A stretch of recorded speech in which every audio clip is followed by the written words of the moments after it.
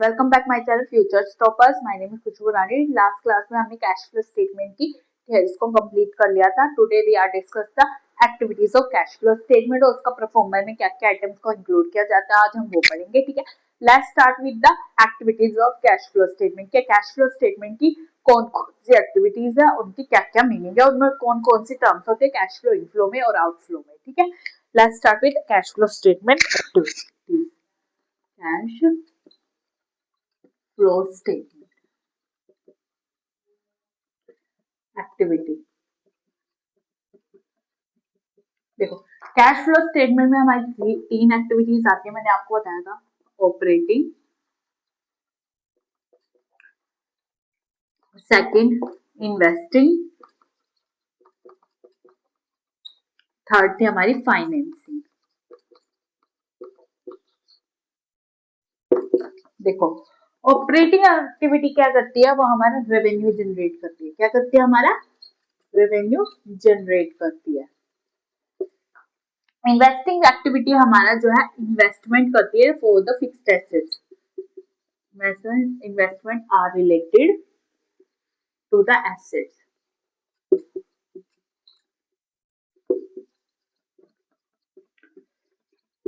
और finance activity में हम फंड से रिलेटेड, ठीक है। और इन्वेस्टिंग फाइनेंसिंग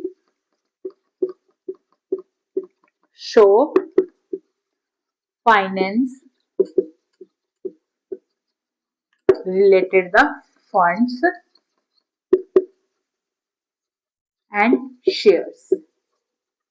देखो, ठीक है, सिंपली क्या ऑपरेटिंग में क्या करते हैं कि हम रेवेन्यू जनरेट करते हैं कि हमने कितनी इनकम को बनाते हैं। ठीक है, इन्वेस्टिंग में इन्वेस्टमेंट आती है हमारे पास, उससे रिलेटेड ट्रांजैक्शंस होती है।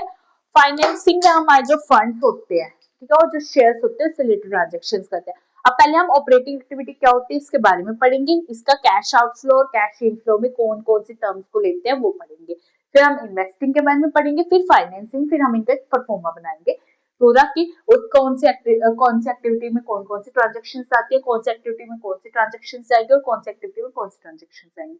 Let's start with the operating activity. Let's start with operating activity. Meaning तो मैंने आपको क्लियर कर दिया, जो रेवेन्यू से रिलेटेड। आप देखो, ऑपरेटिंग एक्टिविटी देखो ध्यान से समझना, ठीक है, किससे रिलेटेड होती है, रेवेन्यू से। ये मैंने आपको बता दिया था, ठीक है। इसमें आप देखना यहाँ कैश इनफ्लो, कैश इनफ्लो में क्या लेंगे हम, कैश का इनफ्लो कैसे होता है इसमें, और यहाँ आएगा कैश का आउटफ्लो। देखो, कैश इनफ्लो में first sale of the goods, अगर किसी गुड्स की सेल करने पर हमारे पास जो भी कैश आ रहा है, ठीक है, sale of goods and services to the customer.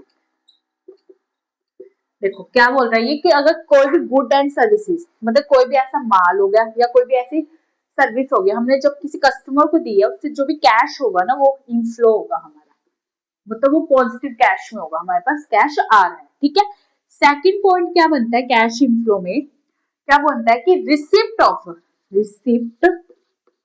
Of any royalty,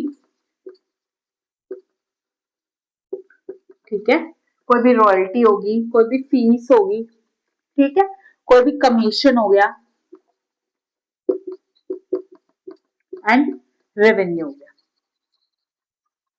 कि अगर किसी भी रॉयल्टी होगी, कोई भी फीस होगी, कोई भी कमीशन हो गया या कोई भी रेवेन्यू, कोई भी ऐसी इनकम होगी, उससे रिलेटेड जो भी कैश होगा ना वो हमारे इनफ्लो में माना जाएगा ऑपरेटिंग एक्टिविटीज में। ठीक है, ये तो था हमारा इनफ्लो वाला सेक्शन। सिर्फ इनफ्लो में टू टर्म्स आते हैं। ठीक है, अब आउटफ्लो देखो, कैश आउटफ्लो में फर्स्ट तो क्या करते हैं इसमें, पेमेंट ऑफ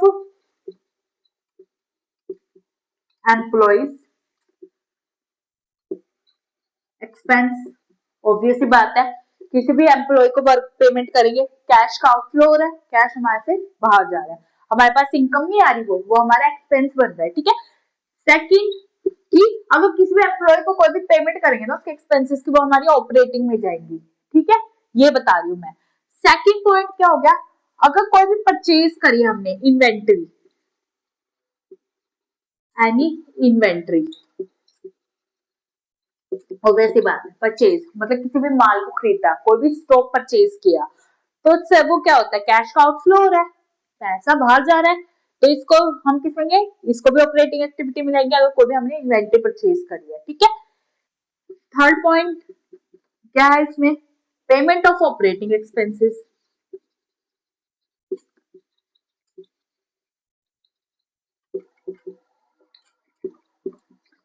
अगर कोई भी किसी भी ऑपरेटिंग एक्सपेंस मतलब कोई भी काम मैनेजमेंट करने में, ऑपरेशंस करने में जो भी खर्चा आया है उसको भी हम ऑपरेटिंग में लेंगे, नाम ही क्या है ऑपरेटिंग, हेल्थ है रेवेन्यू में करता है, बट लेकिन इससे हमें रेवेन्यू का कैसे पता चलेगा, जब हमें इनफ्लो पता होगा कि कैसे इनफ्लो होगा, इसमें कैसे इससे आउटफ्लो होगा, क्या आउटफ्लो में हमने क्या क्या लिया है, क्या क्या हमने इनफ्लो में लिया है। अगर हमारा ऑपरेटिंग एक्टिविटी में कैश प्लस में आएगा जब हम पूरी ट्रांजेक्शन कर देंगे तो वो हमारा कैश इनफ्लो है, मतलब पॉजिटिव कैश है। अगर माइनस में कैश आएगा तो वो आउटफ्लो है कि ज्यादा कैश हमारा बाहर गया है, कंपनी में इतना कैश नहीं आया तो वो नेगेटिव देगा हमें। क्लियर।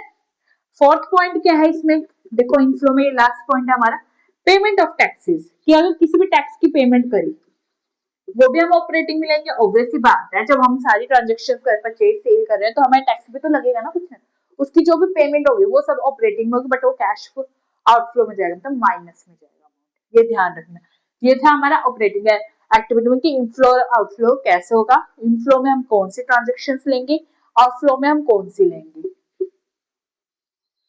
आई होप आपको क्लियर होगा। अब नेक्स्ट हम पढ़ेंगे इन्वेस्टिंग एक्टिविटी। ठीक है, इन्वेस्टिंग एक्टिविटी क्या होता है,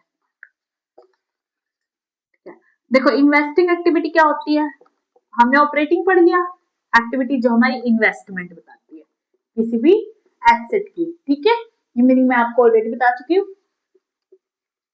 ठीक है, अब इसमें हम पढ़ेंगे कैश का इनफ्लो में क्या क्या आएगा, ठीक है, कि कौन सी ट्रांजेक्शन लेंगे, और कैश आउटफ्लो। ध्यान रखना कैश इनफ्लो हमेशा पॉजिटिव में होगा हमारा, ठीक है, कैश आउटफ्लो हमेशा नेगेटिव में होगा। ठीक है, देखो फर्स्ट क्या है इसमें, देखो सिंपली याद है ना, कैश इनफ्लो में सेल ऑफ प्रॉपर्टी, किसी प्रॉपर्टी की सेल पर, ठीक है, plant and equipment and long term investment.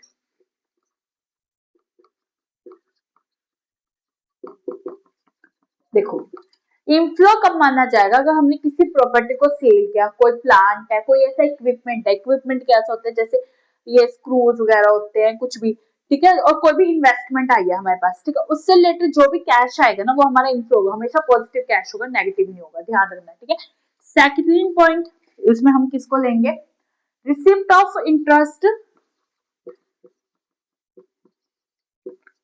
Interest any dividend,